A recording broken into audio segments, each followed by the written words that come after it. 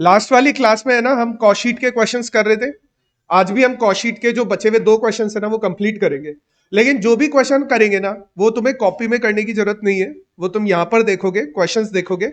हम यहाँ पर एक एक कैलकुलेशन को देखेंगे और फिर उसको सॉल्यूशन में देखते चलेंगे यहाँ पर, क्योंकि आसान है। आगे वाले ये जो 2 क्वेश्चंस है ना इनमें ऐसा कुछ खास नहीं है, आसान है। और कॉस्ट शीट के बारे में बता दूं तो कॉस्ट शीट में है ना सबसे पहले प्राइम कॉस्ट की एंट्रीज होती है, मटेरियल, लेबर, एक्सपेंसेस डायरेक्ट वाले। फिर सारे इनडायरेक्ट आने स्टार्ट हो जाता है, तो इनडायरेक्ट में फैक्ट्री, ऑफिस और सेलिंग एंड डिस्ट्रीब्यूशन, इस तरह से एक्सपेंसेस आते हैं। फिर मैंने तुम्हें तरीका बता ही रखा है कि cost of sales plus profit is equal to sales, और अपन वहां पे प्रॉफिट वगैरह कैलकुलेट करते हैं। तो ऐसा ही ये क्वेश्चन है। क्वेश्चन देखो, illustration number 8, PR limited manufactures and sales जो भी है, इंस्टॉल्ड कैपेसिटी दे रखी है, ध्यान से देखना, 1,20,000 यूनिट्स पर ईयर। यानी हम बना सकते हैं 1,20,000 यूनिट पूरे साल में। और जो है ना डिस्ट्रीब्यूटेड है इवनली हर महीने में। इवनली का मतलब बराबर बराबर डिस्ट्रीब्यूशन किया हुआ है। यानी अगर हम 1,20,000 यूनिट पूरे साल में बना सकते हैं, तो अगर उसको इवनली डिस्ट्रीब्यूट करेंगे 10,000 यूनिट्स आ जाएगा, 10,000 यूनिट्स मंथली। ठीक है, एक मिनट रुको। ठीक है, अच्छा तो देखो क्वेश्चन बोल रहा है कि 10,000 यूनिट हम हर महीने बना सकते हैं। पेज नंबर है इसका 49, पेज नंबर 49 पर है। अरे तुम्हें क्वेश्चन सामने दिखाई दे रहा, तुम मॉड्यूल उसमें क्या देख रहे हो? कोई बात नहीं। अच्छा आगे देखो, रॉ मटेरियल दिया हुआ है, कोई बात नहीं। रॉ मटेरियल दिया हुआ है 20 rupees per unit, direct labour दिया हुआ है 12 rupees per unit, direct expenses है, तो ये हमारी प्राइम कॉस्ट है। ठीक है, अच्छा वेरिएबल ओवरहेड दिए हुए सीधे सीधे यहां पर, और फिक्स्ड ओवरहेड। यानी है ना इसमें इनडायरेक्ट कॉस्ट तो ऐसे फैक्ट्री और ऑफिस और ऐसे सेलिंग एंड डिस्ट्रीब्यूशन करके नहीं दिया हुआ, एक साथ ही दिया हुआ है इसके अंदर। अच्छा सेमी वेरिएबल ओवरहेड भी दिए हुए। अच्छा देखो सेमी वेरिएबल ओवरहेड थोड़ा देख लेना। क्वेश्चन बोल रहा है 50% कैपेसिटी तक तो 7,500 लगेंगे। यानी हम अगर 10% कैपेसिटी पे काम करेंगे तो 7,500 लगेंगे। वो बोल रहा है अप टू 50%, तो 10% पे काम कर रहे हैं मान लो, तो 7,500 लगेंगे ही लगेंगे। 40% पे 50% तक 75। अच्छा उसके बाद बोल रहा है एडिशनल अगर चलोगे ना तो 25 रुपीज लगेंगे मंथली, और वो एवरी एडिशनल 25% कैपेसिटी है। मतलब ध्यान से समझना, 0 से लेके 50 तक तो हमारे 7,500 रुपीज लगने वाले हैं। 50 से ऊपर एडिशनल 25% मतलब 75 तक। 50 से 75 तक चलेंगे ना तो 2,500 रुपए और लग जाएंगे, यानी टोटल खर्चा होगा 10,000 का, 50 से लेकर 75 तक। और 75 से लेकर और एडिशनल हम कहां तक जा सकते हैं, क्योंकि हम कैपेसिटी जो अचीव कर सकते हैं वो 100 तक ही अचीव कर सकते हैं, उससे ऊपर नहीं।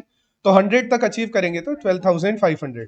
तो मान लो अगर हमारी ऑर्गेनाइजेशन 60% कैपेसिटी पर काम कर रही है तो हम पे करेंगे 10,000 रुपीज। अगर हमारी ऑर्गेनाइजेशन 70% कैपेसिटी पे काम कर रही है, 75 पर कर रही है लेकिन 80 पर काम कर रही है ना, तो 12,500 वाली कैटेगरी में हम आना स्टार्ट हो जाएंगे और 2,500 रुपए लगना स्टार्ट हो जाएंगे। ठीक है, the plant was operating 50% capacity first 7 months में कर रहा है।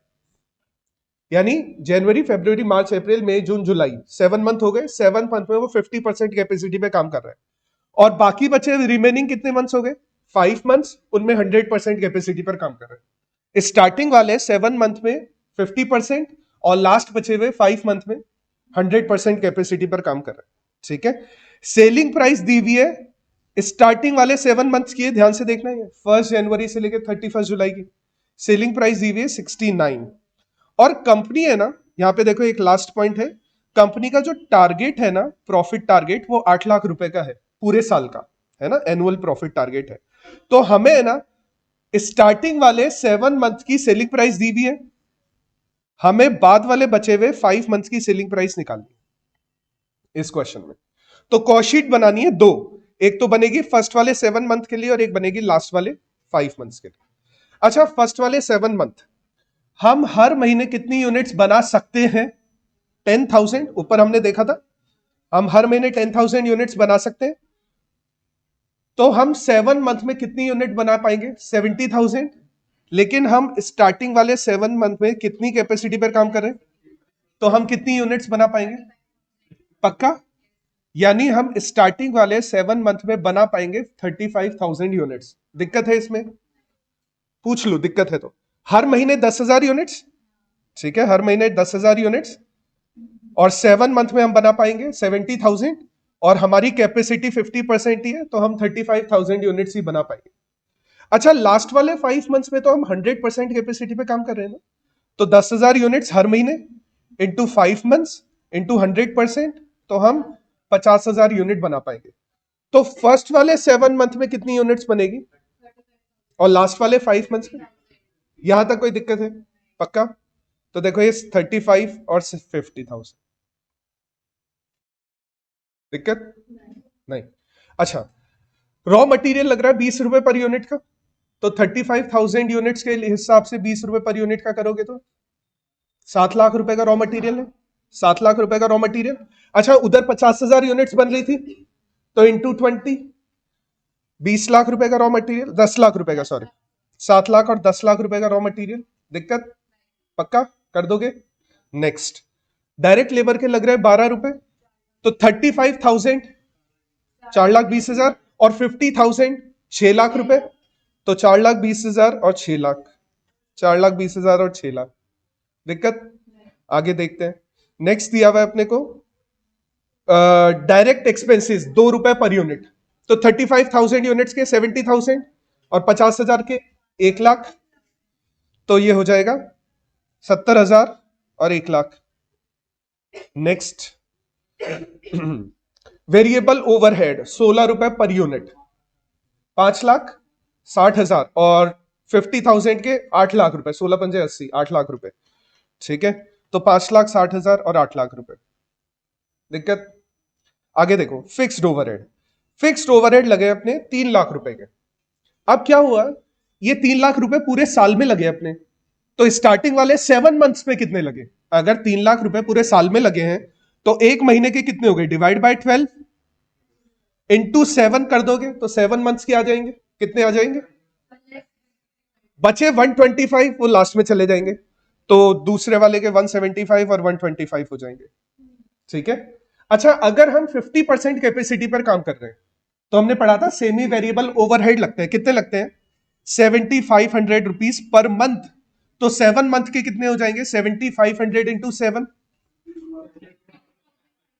वेरी गुड, तो ये हो जाएंगे 52,500, और बाकी उसके तो वो 12,500 हो जाएंगे, क्योंकि 100% कैपेसिटी पर काम कर रहे हैं, तो ये हो जाएगा, ये अपनी कॉस्ट ऑफ सेल्स आ जाएगी। किसी को कोई प्रॉब्लम कॉस्ट ऑफ सेल्स में? दोनों साल की कॉस्ट ऑफ सेल्स आ जाएगी अपनी, यानी दोनों पीरियड की, 7 मंथ वाली और 5 मंथ वाली कॉस्ट ऑफ सेल्स आ जाएगी। आगे देखो, क्वेश्चन ये बोल रहा था, कॉस्ट ऑफ सेल्स आ गई अपनी 19,77,000। एक मिनट रुको, देखो क्वेश्चन ये बोल रहा था कि हमारी जो एक तो देखो कॉस्ट ऑफ सेल्स दिया हुआ है हमें क्वेश्चन में, कॉस्ट ऑफ सेल्स आ गया हमारा 19,77,000, 19,77,500। अच्छा, प्लस प्रॉफिट ऐड करेंगे तो इसमें क्या रिजल्ट निकल कर आता है? सेल्स निकल कर आती है। अच्छा, सेल्स के लिए क्वेश्चन में दिया हुआ है, क्वेश्चन में बोल रहा है कि स्टार्टिंग वाले 7 महीने है ना, हमने जो प्रोडक्ट बेचा है ना 69 रुपीज पर यूनिट में बेचा है। हमने कितनी यूनिट्स बनाई है? 35,000 यूनिट्स बनाई है ना, इंटू 69 में हमने बेची है, तो ये कितना हो गया?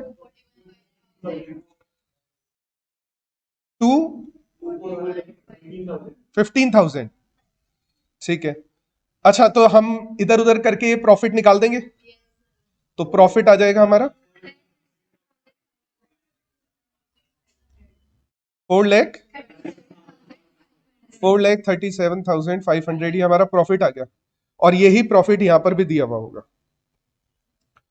4,37,500 हमारा प्रॉफिट है, और ये हमारी सेल्स है। दिक्कत? अच्छा, अभी यहां तक कोई दिक्कत है? अभी देखो, क्वेश्चन ये बोल रहा था कि हमारा टारगेट है, पूरे साल का टारगेट है 8 लाख यूनिट, 8 लाख रुपए कमाने का, 8 लाख रुपए प्रॉफिट होना चाहिए हमारा।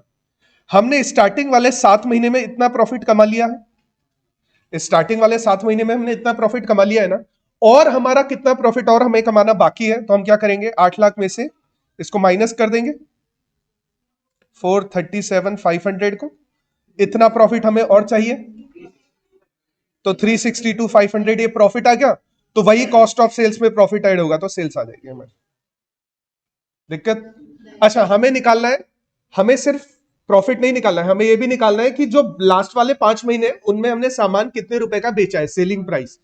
अच्छा, 30,50,000 हमारी सेल्स है, और हमने कितनी यूनिट बेची है, 50,000 यूनिट बेची है, तो डिवाइडेड बाय, तो बस ये लो, कंप्लीट हो गया, हो जाएगा ये वाला कंप्लीट। तो बस यही करना था अपने को। और ऑल्सो देखो, एक तो टोटल, एक तो हमें निकालना है टोटल कॉस्ट पर यूनिट, ठीक है, और एक हमें प्रॉफिट भी निकालना है, तो कॉस्ट भी निकाल देते हैं। देखो, 19,77,500 हमारी कॉस्ट आ रही, कितनी यूनिट की, 35,000 यूनिट्स की, divided by 35, 56.5, sorry 20,87,500 divided by 50,000, कर दोगे कंप्लीट? पक्का हो जाएगा? आसान है, तुम पढ़ के देख लेना, हो जाएगा एक क्वेश्चन। चलो एक और क्वेश्चन है, लास्ट क्वेश्चन है अपने मॉड्यूल का, इलस्ट्रेशन नंबर 9। सॉरी, ध्यान से देखना, प्रोडक्शन दिया हुआ है 10,000 यूनिट्स का,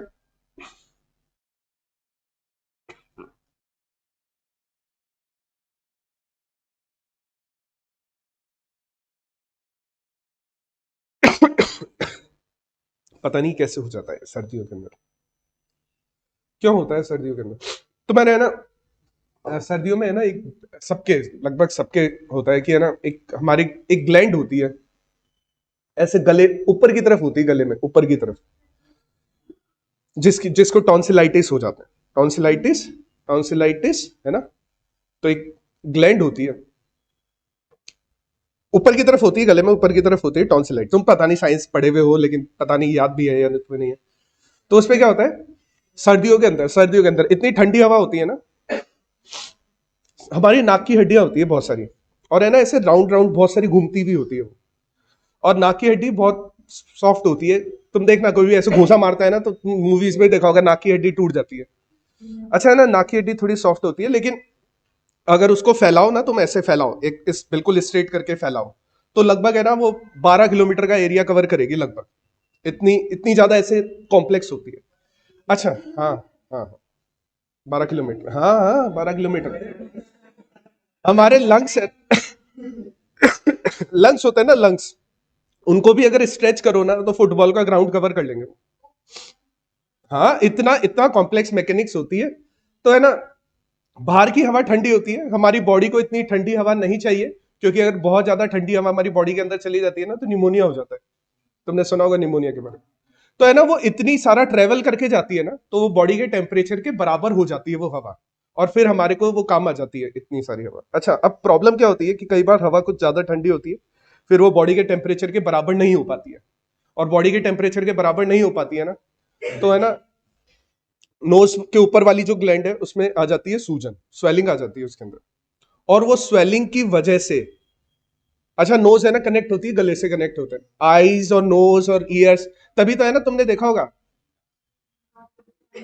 हाँ, आंख में कोई दवाई डालता है ना, तो उसका मुंह में स्वाद आता है, नाक में कोई दवाई डालता है, उसका कान में कोई दवाई डालोगे, उसका मुंह में स्वाद आएगा, ठीक है।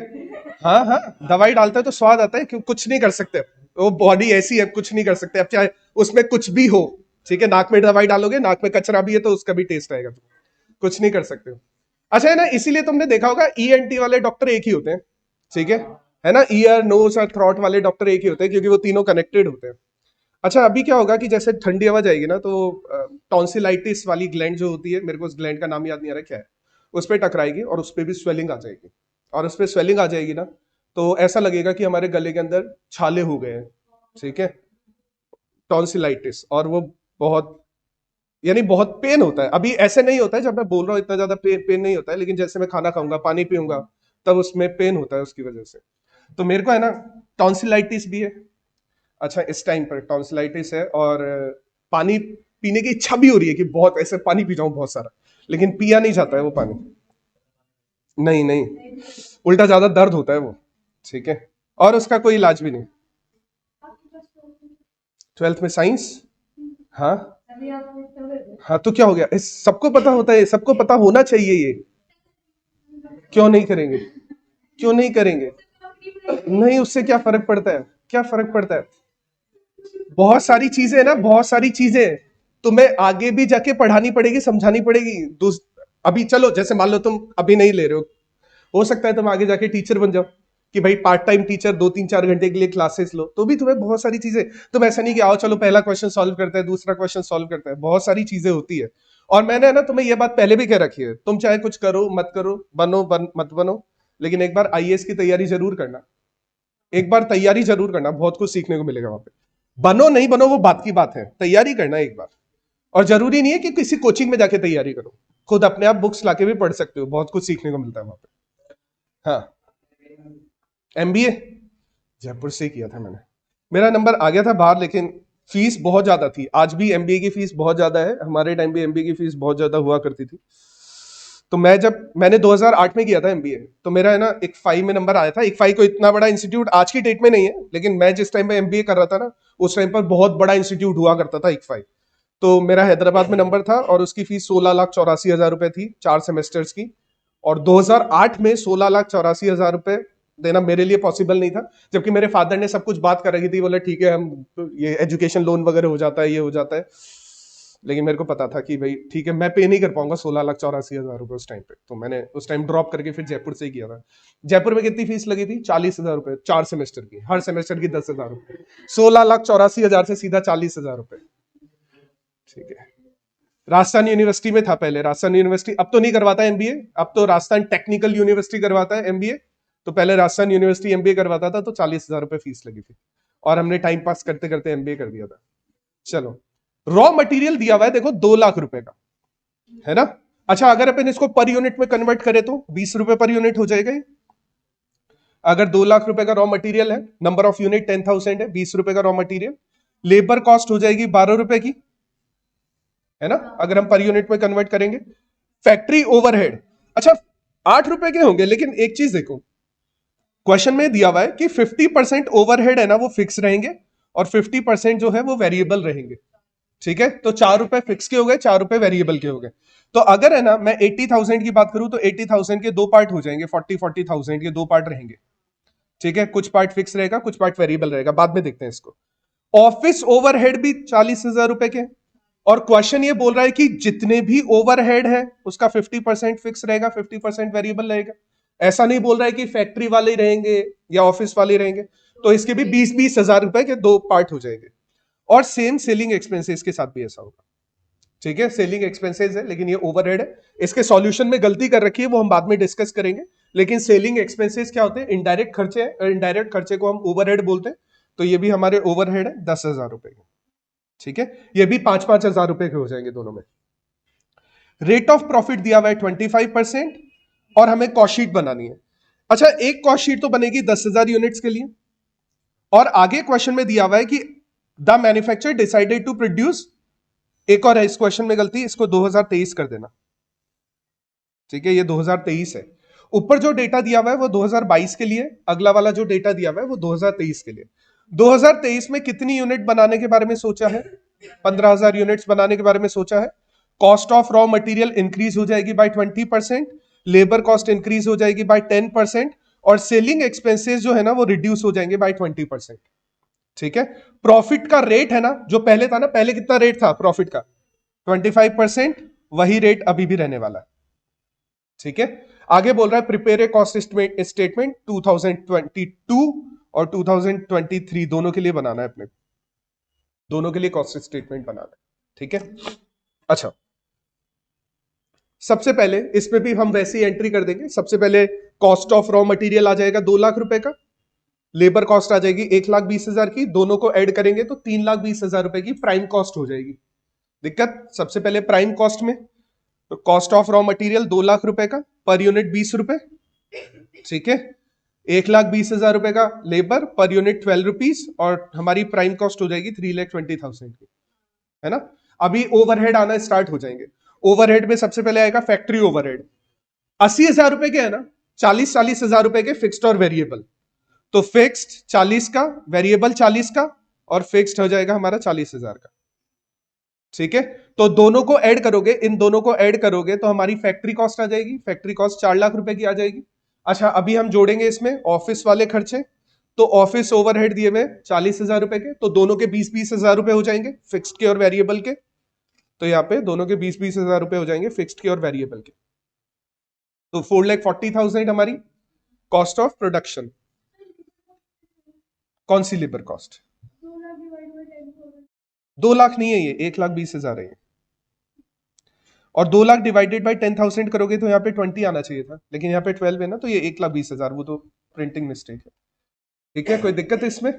आगे देखो, नेक्स्ट खर्चा आने वाला है सेलिंग एक्सपेंसेस, तो वही फिक्स्ड और वेरिएबल 5-5 हजार रुपए। इसमें है ना, इसने एक गलती कर रखी है कि इसने सेलिंग एक्सपेंसेस को एक साथ ही कर रखा है, सेलिंग एक्सपेंसेस को एक साथ ही कर रखा है इसने। बोल तो रहा है सेलिंग एंड डिस्ट्रीब्यूशन ओवरहेड, लेकिन इसने एक साथ ही कर रखा है, जबकि इसको एक साथ नहीं करना चाहिए था, दोनों को अलग अलग करके रखना चाहिए था। अब इसी गलती की वजह से है ना, आगे ये पूरा क्वेश्चन गलत हो जाता है। चलो कोई बात नहीं, फिलहाल 2022 का तो सही होगा, लेकिन 2023 में गलत हो जाएगा। अच्छा, फाइनली हमारे पास में ये जो नंबर आया ना, ये कॉस्ट ऑफ सेल्स है हमारा, 4,50,000 रुपए का कॉस्ट ऑफ सेल्स है। प्रॉफिट कितना चाहिए हमें? 25%। तो हम वही कैलकुलेशन करते हैं, cost of sales plus profit is equal to sales. तो अगर ये 25% है और ये है 4,50,000 रुपए, is equal to 25% of sales, तो ये 25% साइड चेंज करके इधर आ जाएगा, ये 75 हो जाएगा बेसिकली। इधर ये माइनस होगा ना, तो ये कितना हो जाएगा? सेल्स कितनी हो जाएगी? तो 6 लाख रुपए की सेल्स होगी और बैलेंसिंग फिगर हमारा प्रॉफिट आ जाएगा 1,50,000 का। दिक्कत? अच्छा, अभी एक बात बताओ, ये तो हमारा 10,000 यूनिट्स का हुआ है, अभी हमें इस क्वेश्चन में 15,000 यूनिट्स के लिए भी करना है। 15,000 यूनिट्स के लिए, 15,000 यूनिट्स के लिए सॉरी, 15,000 यूनिट्स वाला अपन एक बार अलग से बना लेते हैं।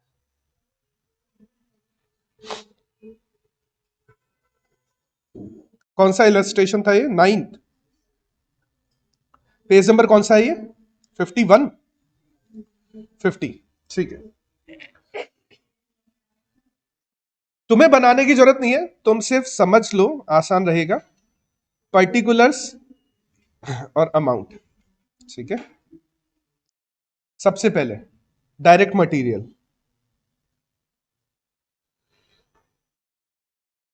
मैं तुम्हें याद दिला देता हूं, अभी हम बनाने वाले हैं 15,000 यूनिट्स। ठीक है, तो मटेरियल कितने यूनिट्स बनाने वाले हैं? 15,000 यूनिट्स। एक यूनिट कितने रुपए मटेरियल लग रहा था? तुम्हें ध्यान है? 20 रुपए का मटेरियल लग रहा था एक यूनिट पर। देखो, इसको मेरे को बार बार करना पड़ेगा, 1 मिनट रुको।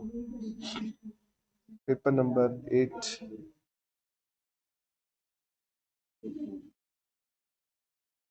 एक मिनट रुको, देखो मैं इधर ओपन कर लेता हूँ एक बार, साइड बाय साइड तुम्हें दिखाता रहूंगा।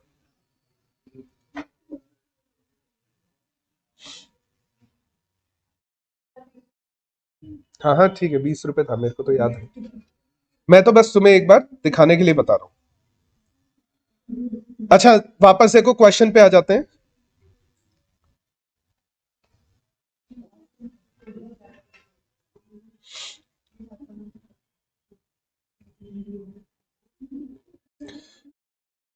क्वेश्चन में हमने अभी निकाला था कि मटेरियल आ रहा है, देखो 20 रुपीज पर यूनिट आ रहा है, 20 रुपीज पर यूनिट है ना, तो अगर हम इसको सॉल्व करेंगे तो इंटू ₹20 पर यूनिट।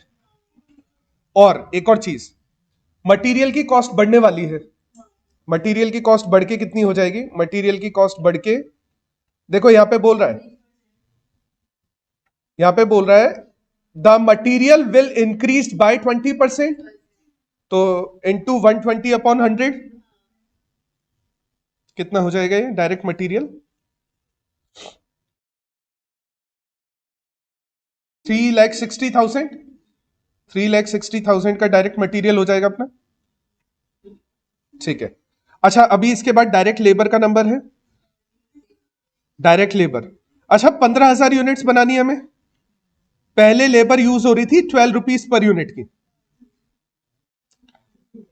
और है ना लेबर कॉस्ट इंक्रीज होने वाली है, लेबर कॉस्ट इंक्रीज होने वाली है बाय 10%। देखो यहाँ पे लिखा हुआ है labour cost will increase by 10%।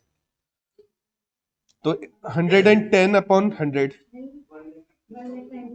1,90,000। अच्छा, और एक्सपेंसेस भी है क्या, एक बार बस देख लेते हैं। नहीं, कोई एक्सपेंसेस नहीं है, तो ये हमारी प्राइम कॉस्ट आ जाएगी। प्राइम कॉस्ट कितनी आ गई? 5,58,000। प्राइम कॉस्ट आ गई 5,58,000। दिक्कत? प्राइम कॉस्ट में दिक्कत? अच्छा, अभी देखो फैक्ट्री ओवरहेड की एंट्रीज आएगी। हमने ये देखा था कि ओवरहेड में दो कैटेगरीज है, फिक्स्ड और वेरिएबल।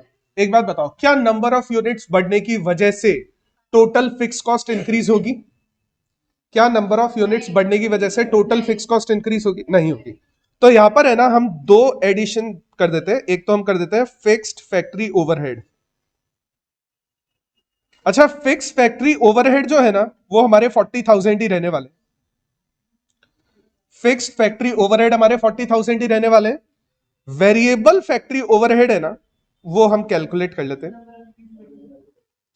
Variable factory overhead. अच्छा, पहले हमने अभी देखो 15,000 यूनिट्स बनाई है, और जो फैक्ट्री ओवरहेड आ रहे थे ना, वो ₹4 पर यूनिट थे। अच्छा, क्वेश्चन में है ना फैक्ट्री ओवरहेड इंक्रीज हो रहे हैं, डिक्रीज हो रहे हैं अगले साल, ऐसा कुछ दिया हुआ है क्या? नहीं दिया हुआ ना, ध्यान से देखो।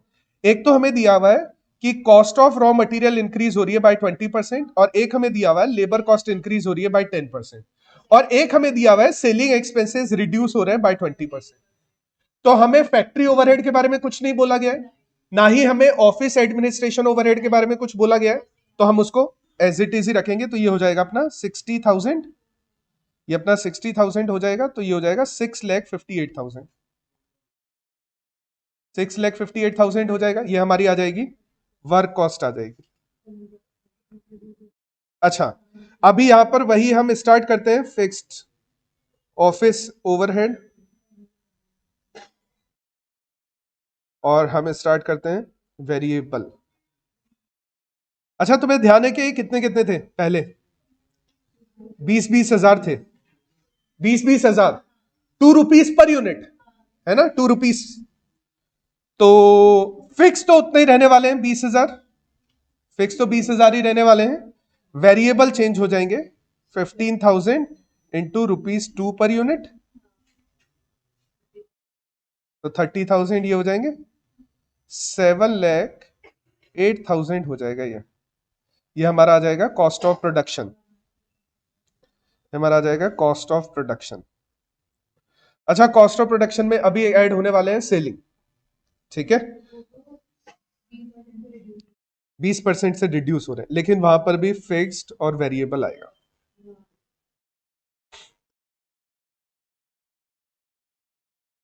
Selling overhead.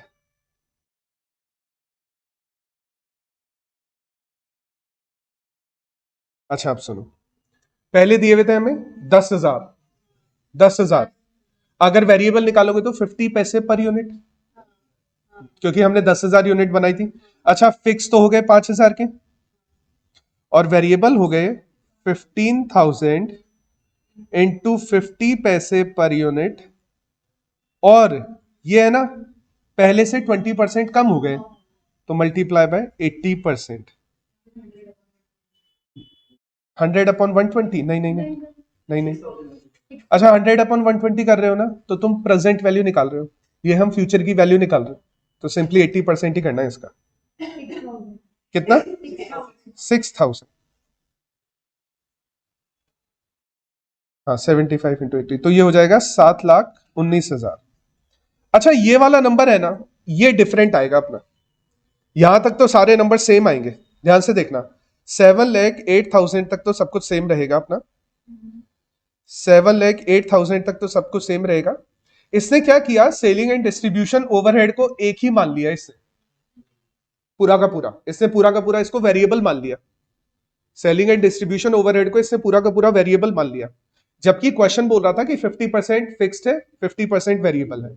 और इसकी वजह से इसके 12,000 रुपए है, लेकिन हमारे कितने आए यहाँ पे? हमारे आए यहाँ पर 11,000 रुपए, और 1,000 रुपए का फर्क आ रहा है ये वाला। ठीक है, आगे लास्ट पॉइंट। ये हमारी आ गई कॉस्ट ऑफ सेल्स। क्वेश्चन ये बोल रहा था कि हमारा प्रॉफिट है ना पहले जितना ही रहने वाला है। पहले हमारा 25% था प्रॉफिट, अभी भी हमारा प्रॉफिट कितना रहेगा, सेम 25%। तो वही कॉस्ट ऑफ सेल्स में प्रॉफिट ऐड करोगे तो हमारी सेल्स आ जाएगी। तो कॉस्ट ऑफ सेल्स है हमारी 7,19,000, प्रॉफिट हमें दिया हुआ है 25%, सेल्स हमें दी हुई है 1 या 100%। इधर उधर करके करोगे तो सेल्स आ जाएगी हमारी, कितनी आ जाएगी, 9,5,958।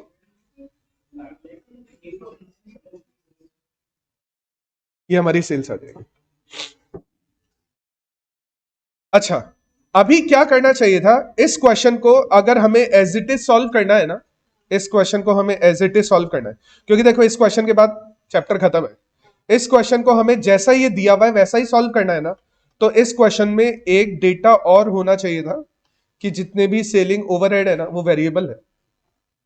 इस क्वेश्चन में अगर सेम हमें यही वाली चीज चाहिए जो यहां पर लिखी हुई है इस क्वेश्चन में, दो चीजें हैं, या तो क्वेश्चन को एज इट इज यूज करो।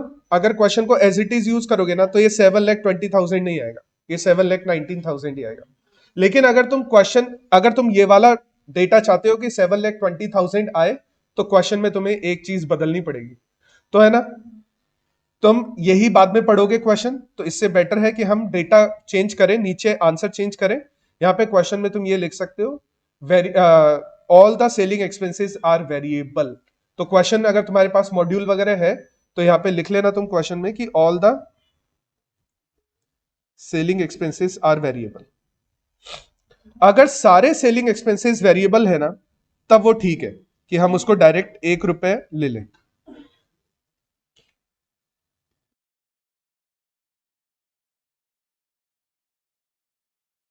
तो हम उसको 1 रुपए ले लें तब चलेगा फिर वो।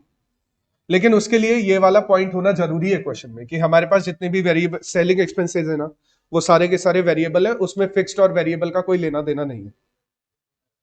ठीक है, हो जाएगा ये question complete.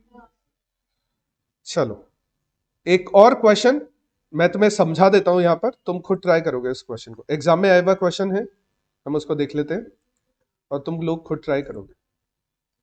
ICMAI exam papers.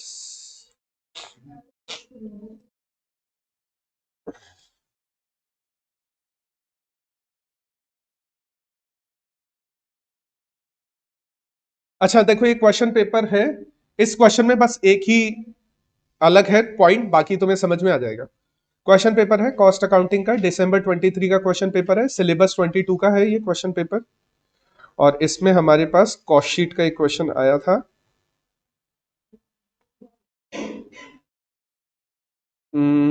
यही वाला दिखता है, हाँ यही वाला है। एक क्वेश्चन है उसमें एक 200 कंप्यूटर्स का, जैसे अभी हमने एक क्वेश्चन सॉल्व किया था 10,000 और 15,000 यूनिट्स का था। ये क्वेश्चन है ना, ओरिजिनली तो हमें कितनी यूनिट्स दी हुई है 2022 के अंदर 200 कंप्यूटर्स की, और हमें इसको बनाना है 2023 में 300 कंप्यूटर्स। जैसे अभी हमने लास्ट वाला क्वेश्चन सॉल्व किया था ना, 2022 में 10,000 यूनिट थी और 2023 में 15,000 यूनिट थी, तो इसमें 200 और 300 है यहाँ पे। बाकी सारा क्वेश्चन में डेटा दिया हुआ है, कॉस्ट ऑफ मटेरियल दिया हुआ है 12 लाख रुपए, पर यूनिट निकालोगे तो डिवाइड बाय 200 कर दोगे, 6,000 रुपए पर यूनिट हो जाएगा। सेम डायरेक्ट वेजेस दी हुए 18 लाख रुपए। ठीक है, मैन्युफैक्चरिंग चार्जेस कहां लगने वाले हैं, फैक्ट्री के अंदर, तो ये फैक्ट्री ओवरहेड आना स्टार्ट हो जाएंगे। तो हमारे प्राइम कॉस्ट में केवल दो ही चीजें आएगी, मटेरियल और वेजेस, उसके बाद ये फैक्ट्री। अभी है ना प्रॉब्लम यहां पे ये होगी कि ये मैनेजमेंट एक्सपेंसेस तो ठीक है, चलो तुम ऑफिस में बोल दोगे कि ऑफिस में हो रहा है मैनेजमेंट, लेकिन जनरल एक्सपेंसेस क्या करोगे, ऑफिस में ही मानोगे, फैक्ट्री में भी तो हो सकते हैं। हाँ हो सकते हैं। अच्छा रेट रेंट और टैक्सेस फैक्ट्री में भी हो सकता है, ऑफिस में भी हो सकता है, शोरूम पे भी हो सकता है। अब प्रॉब्लम क्या है, अच्छा सेलिंग एक्सपेंसेस तो सेलिंग एंड डिस्ट्रीब्यूशन में चले जाएंगे। ये जो दो पॉइंट है ना बीच में, जनरल एक्सपेंसेस और रेंट रेट और टैक्सेस, इसकी वजह से तुम यहां पर पता है इस क्वेश्चन को सॉल्व करते टाइम केवल दो एंट्री करोगे, ऊपर तो आ जाएगी डायरेक्ट और नीचे आ जाएगी इनडायरेक्ट। डायरेक्ट में दो एंट्रीज आ जाएगी, मटेरियल और वेजेस, और इनडायरेक्ट में बाकी सारा लिख दोगे तुम, manufacturing, management, general expenses, rent rate और सेलिंग एक्सपेंसेस सब आ जाएंगे एक साथ। तो डायरेक्ट और इनडायरेक्ट जब ऐड करोगे, अब अलग अलग नहीं करेंगे हम यहाँ पे कि वर्क कॉस्ट निकाल रहे हैं, कॉस्ट ऑफ प्रोडक्शन निकाल रहे हैं, ऐसा नहीं करेंगे। डायरेक्ट एक तरफ, इनडायरेक्ट एक तरफ, और डायरेक्ट इनडायरेक्ट ऐड करोगे तो हमारा कॉस्ट ऑफ सेल्स आ जाएगा। ठीक है, तो फिलहाल के लिए 2022 वाले में तुम्हें दिक्कत नहीं आएगी, क्योंकि 2022 का सारा डेटा तुम्हें सामने लिखा हुआ है। 12 लाख, 8 लाख, 7 लाख 50,000, 9 लाख, 3 लाख, 1.5 लाख, 4.5 लाख, ये सारा कुछ लिखा हुआ है तुम्हारे सामने। ठीक है, अभी आते हैं इस पॉइंट पर, द मैनेजमेंट ऑफ, ये जो 300 कंप्यूटर्स वाला है ना, ये तुम खुद ट्राई करोगे, देखना एक बार हो जाता है तो ठीक है, नहीं तो कल मैं तुम्हें करवाऊंगा फिर क्लास में। Output and sales will be 300। अच्छा, क्या तुम्हें पर यूनिट निकालना पड़ेगा? निकालना पड़ेगा ना, क्योंकि पर यूनिट से मल्टीप्लाई होगा, फिर देखेंगे कि प्राइस ऑफ मटेरियल 25% इंक्रीज हो रही है, तो इंटू 125 अपॉन 100, वेजेस इंक्रीज हो रही है 10% इंटू 110 अपॉन 100। लास्ट ये वाला पॉइंट है ना। अच्छा, selling expenses per unit same ही रहेगा, तो पहले तुम्हें पर यूनिट निकालना पड़ेगा, फिर वो सेम ही रहेगा। वो अदर एक्सपेंसेस है ना, वो कुछ भी फर्क नहीं पड़ेगा। यानी अदर एक्सपेंसेस मतलब अभी भी है ना, जनरल एक्सपेंसेस 3 लाख रुपए लगेंगे, मैनेजमेंट एक्सपेंसेस 9 लाख रुपए लगेंगे, और रेट, रेंट और टैक्सेस 1.5 लाख रुपए लगेगा। ये सेम ही रहेगा, यानी ये फिक्स वाला पार्ट हो गया। तो नंबर ऑफ यूनिट्स बढ़ भी रही है ना, तो ये सेम ही रहेगा, क्योंकि क्वेश्चन ये बोल रहा है कि बाकी बचे हुए एक्सपेंसेस है ना, उनका आउटपुट में इंक्रीज होने की वजह से उन पर कोई इंपैक्ट नहीं पड़ेगा। एक ये बीच में फोर्थ पॉइंट है, ये पॉइंट क्या बोल रहा है तुम पढ़ो एक बार और मेरे को समझाओ, ये पॉइंट क्या बोल रहा है, फोर्थ पॉइंट क्या बोल रहा है।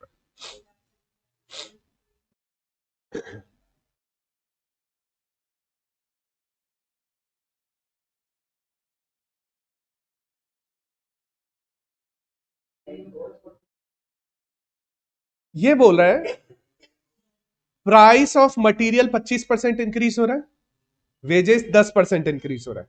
क्या मैन्युफैक्चरिंग एक्सपेंसेस भी इंक्रीज हो रहे हैं क्या? इंक्रीज हो रहे हैं, लेकिन उसका परसेंटेज नहीं लिखा हुआ है ना, कितना परसेंट इंक्रीज हो रहा है, नहीं। मैन्युफैक्चरिंग एक्सपेंसेस उतना ही इंक्रीज हो रहे हैं जितना प्राइम कॉस्ट इंक्रीज हो रही है। मैन्युफैक्चरिंग एक्सपेंसेस उतना ही इंक्रीज हो रहे हैं जितना प्राइम कॉस्ट इंक्रीज हो रही है। मतलब क्या है? मतलब है मैन्युफैक्चरिंग एक्सपेंसेस पहले कितने थे? 30 लाख रुपए, सॉरी, डायरेक्ट एक्सपेंसेस कितने थे? 30 लाख रुपए के थे ना। ठीक है, ध्यान से समझना इस पॉइंट को, क्योंकि ये पॉइंट तुम खुद अपने आप ट्राई करोगे बाद में, मैं तुम्हें एक बार हिंट दे रहा हूं। पहले एक्सपेंसेस थे 30 लाख रुपए के फॉर 200 यूनिट्स, ये हमारे डायरेक्ट एक्सपेंसेस हैं, ध्यान रखना, ये हमारे डायरेक्ट है, यानी प्राइम कॉस्ट लिख देता हूं मैं इसको, ये हमारी प्राइम कॉस्ट है। प्राइम कॉस्ट थी 30 लाख रुपए फॉर 200 यूनिट्स। अभी प्राइम कॉस्ट इंक्रीज होके आएगी, आएगी कैसे? सबसे पहले मटेरियल 6,000 रुपए का है, अगर क्वेश्चन तुम देखोगे ना, तो 12,000 यूनिट्स हमने बनाई है ना पहले, 12 लाख रुपए, 12 लाख रुपए मटेरियल में लगाए हैं, और हमने यूनिट्स कितनी बनाई है? 200 यूनिट्स। तो मटेरियल कितने का निकल के आया है पर यूनिट? पर यूनिट 6,000 रुपए का। अच्छा, मटेरियल कितनी रेट से इंक्रीज होने वाला है? 25% के हिसाब से। तो नया रॉ मटेरियल कितना आ जाएगा?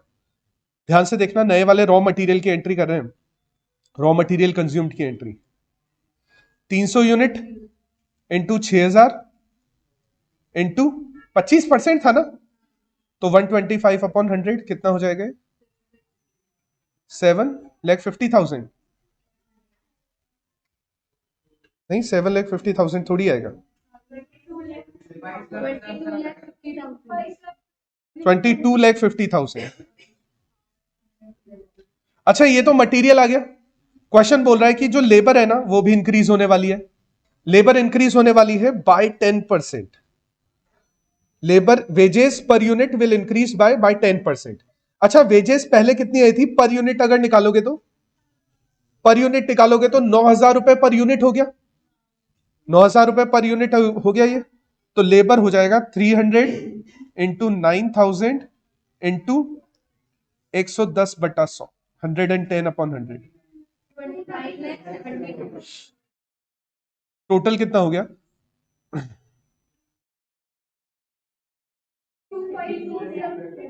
50, 52 लाख 20,000। अच्छा अब देखो क्वेश्चन क्या बोल रहा है। क्वेश्चन ये बोल रहा है पहले प्राइम कॉस्ट आ रही थी 30 लाख रुपए फॉर 200 यूनिट्स, अभी प्राइम कॉस्ट आ रही है 52,20,000 फॉर 300 यूनिट्स। तो प्राइम कॉस्ट इंक्रीज तो हुई है। अच्छा इधर प्राइम कॉस्ट पर यूनिट अगर निकालोगे, इधर प्राइम कॉस्ट पर यूनिट निकालोगे तो 15,000 आएगा। इधर प्राइम कॉस्ट पर यूनिट निकालोगे तो 15,000 आएगा, और इधर प्राइम कॉस्ट पर यूनिट निकालोगे तो कितना निकल के आएगा? 17,400। अच्छा क्वेश्चन देखो, क्वेश्चन ये बोल रहा है कि मैन्युफैक्चरिंग एक्सपेंसेस उसी प्रपोर्शन में इंक्रीज होंगे। Third point, manufacturing charges will increase in the same proportion to the prime cost, जितना प्राइम कॉस्ट इंक्रीज हुई है। तो प्राइम कॉस्ट पहले आ रही थी 15,000 रुपीज पर यूनिट, अभी आ रही है 74,000 रुपीज पर यूनिट। क्या प्राइम कॉस्ट इंक्रीज हुई है? कितना इंक्रीज हुई है? क्या तुम परसेंटेज बता सकते? परसेंटेज कितना परसेंट इंक्रीज हुई? प्राइम कॉस्ट इंक्रीज हुई है, कितना परसेंट इंक्रीज हुई है? पहले तो ये बाद में डिस्कस करेंगे 16% कैसे है।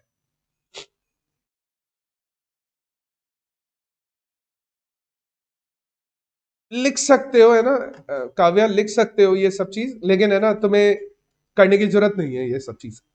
ठीक है, कर सकते हो तुम, अजम्पशन डाल के बोल सकते हो, लेकिन तुम्हें ऐसा करने की जरूरत नहीं है। तुम एक काम करो ना, जैसे अभी भी तो किया था, अगर तुम ध्यान से देखोगे ना तो इस वाले क्वेश्चन में भी ऐसा ही किया था। जो 8th क्वेश्चन था ना, 8th क्वेश्चन, तो ऊपर देखो डायरेक्ट वाले खर्चे आ गए थे, फिर नीचे है ना वेरिएबल सेमी वेरिएबल वाले खर्चे, इनडायरेक्ट वाले खर्चे आना स्टार्ट हो गए थे। ऊपर देखो डायरेक्ट है, नीचे ओवरहेड है तो इनडायरेक्ट है, तो एक साथ ही लिख दिए थे उससे। तो ऐसा कोई हार्ड एंड फास्ट नहीं है कि तुम्हें एक ही तरीका यूज करना। तुम कर सकते हो ये चीज कि तुम अजम्पशन डाल के उसको कर दो, लिख दो, कर सकते हो, लेकिन फिर भी तुम डायरेक्ट भी कर सकते हो। तुम ऐसे अजम्पशन वगैरह की जब तक जरूरत नहीं है ना तब तक यूज मत करना। दोबारा से क्वेश्चन ये बोल रहा था कि मैन्युफैक्चरिंग एक्सपेंसेस इंक्रीज होने वाले हैं उसी प्रपोर्शन में, मैन्युफैक्चरिंग एक्सपेंसेस इंक्रीज होने वाले हैं उसी प्रपोर्शन में जिसमें प्राइम कॉस्ट इंक्रीज हुई है।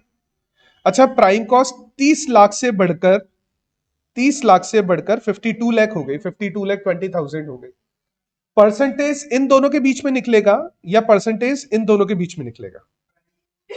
पर यूनिट के या टोटल कॉस्ट में? टोटल में भी निकल सकता है, टोटल सेम ही आएगा, नहीं आएगा सेम। पता है क्यों ज्यादा आ रहा है? मैं रीजन बताता हूं। सबसे पहले रेशो, प्रोपोर्शन, परसेंटेज, ये ऐसी टर्म्स होती है जिनको अगर निकालना है ना, प्रोबेबिलिटी उसके अंदर आता है।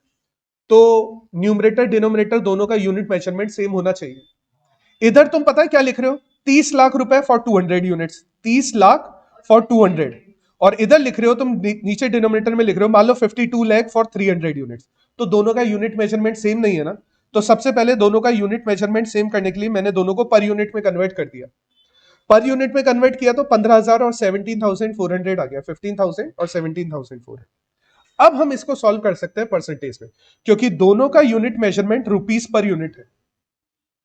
अच्छा कितने रुपए इंक्रीज हुआ है? 2,400 रुपीज इंक्रीज हुआ है, कितने पर? 15,000 पर। तो इसका परसेंटेज जब हम निकालेंगे तो कितना आ जाएगा? 16% आ जाएगा कि 2,400 इंक्रीज हुआ है 15,000 रुपीज पर। तो हमारी जो मैन्युफैक्चरिंग एक्सपेंसेस है ना, वो इंक्रीज होने वाली है 16%। मैन्युफैक्चरिंग एक्सपेंसेस जो भी लग रहे थे, कितने लग रहे थे? मैन्युफैक्चरिंग एक्सपेंसेस लग रहे थे 7,50,000 रुपए, और ये 16% इंक्रीज हो जाएंगे इंटू 116 अपॉन 100, इंटू 116 अपॉन 100। अच्छा एक और चीज, प्राइम मटेरियल की प्राइस 25% इंक्रीज हुई है, वेजेस 10% इंक्रीज हुई है, तो इसका मतलब प्राइम कॉस्ट 35% इंक्रीज हुई है। ये गलत स्टेटमेंट। मटेरियल 25% इंक्रीज हुआ है, वेजेस 10% इंक्रीज हुई है, प्राइम कॉस्ट 35% इंक्रीज हुई है ना। अगर तुम ऐसा बोलते हो ना, गलत स्टेटमेंट है। रीजन बताता हूं क्यों। क्योंकि 25% होगा 12 लाख रुपए का और 10% होगा 18 लाख रुपए का। अगर दोनों ही 12 लाख रुपए होते ना, तब तुम्हारा ये स्टेटमेंट सही होता कि दोनों मिलाकर 35% इंक्रीज हो, तब ये स्टेटमेंट सही होता। लेकिन अगर स्टेटमेंट तुम ये बोल रहे हो कि अगर मटेरियल 25% हुआ है, वेजेस 10% हुई है, तो प्राइम कॉस्ट हमारी 35% इंक्रीज हुई है, ये गलत स्टेटमेंट है। प्राइम कॉस्ट भी इंक्रीज हुई है हमारी, लेकिन वो 16% इंक्रीज हुई है।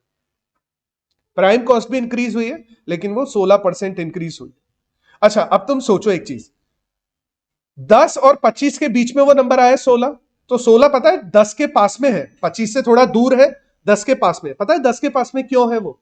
उसका रीजन है क्योंकि है ना, इसमें बड़ा खर्चा है ना, वेजेस का है, तो वो वेजेस के क्लोज चला जाएगा। वो जो एवरेज निकाला है ना हमने, वो वेजेस के पास में चला जाएगा। तो ये गलत, ध्यान से समझना मैं स्टेटमेंट क्या बोल रहा हूं। अगर तुम ये बोल रहे हो कि प्राइस ऑफ मटेरियल 25 और वेजेस 10% इंक्रीज हुई है, इसका मतलब प्राइम कॉस्ट 35% इंक्रीज हुई है, तो ये गलत स्टेटमेंट है। प्राइस ऑफ मटेरियल अगर 25% इंक्रीज हुआ है, वेजेस अगर 10% इंक्रीज हुई है, तो हम पहले दोनों को पर यूनिट में कन्वर्ट करेंगे और फिर उसके बाद हम कैलकुलेट करेंगे कि भाई हमारी जो प्राइम कॉस्ट है वो 16% इंक्रीज हुआ है। और जितना प्राइम कॉस्ट इंक्रीज हुआ है ना, उतना ही मैन्युफैक्चरिंग एक्सपेंसेस भी इंक्रीज हो गए। ठीक है, अगर यहां पे ये कंबाइंड की जगह लिख देता सिर्फ कॉस्ट ऑफ मटेरियल, कंबाइंड नहीं लिखता, ये बोलता manufacturing charges will increase in the proportion of cost of material, that's it, तो 25% मान लेते तुम। अगर वो लिख देता manufacturing charges will increase in the proportion of wages, तो तुम 10% मान लेते। लेकिन दोनों का कंबाइंड बोला है ना, तो 35 मत कर देना कि दोनों का कंबाइंड बोला है तो दोनों का 35% कर दे। वो होगा कितना? 16%। मैंने तुम्हें तरीके की हिंट दे दी है, तुम खुद अब सॉल्व करोगे इस चीज को। और कॉस्ट शीट बनानी है तुम्हें, और सेलिंग प्राइस पर यूनिट निकालनी है अगले साल की, 2023 की। तो 2022 की कॉस्ट शीट भी बनेगी और 2023 की बनेगी। तुम चाहो तो साइड बाय साइड बना लो, तुम चाहो तो एक 2022 की बना लो, एक 2023 की बना लो, जैसा तुम करना चाहो। तो तुम ये क्वेश्चन ट्राई करोगे, अगर हो जाता है तो ठीक है, वेल एंड गुड है, नहीं होता है तो फिर मैं कल वाली क्लास में इसे समझा दूंगा। और एक क्वेश्चन लास्ट बाकी बचा हुआ है, वो भी अपन कल वाली क्लास में ही कंटिन्यू कर पाएंगे। अभी के लिए फिर इतना ही काफी।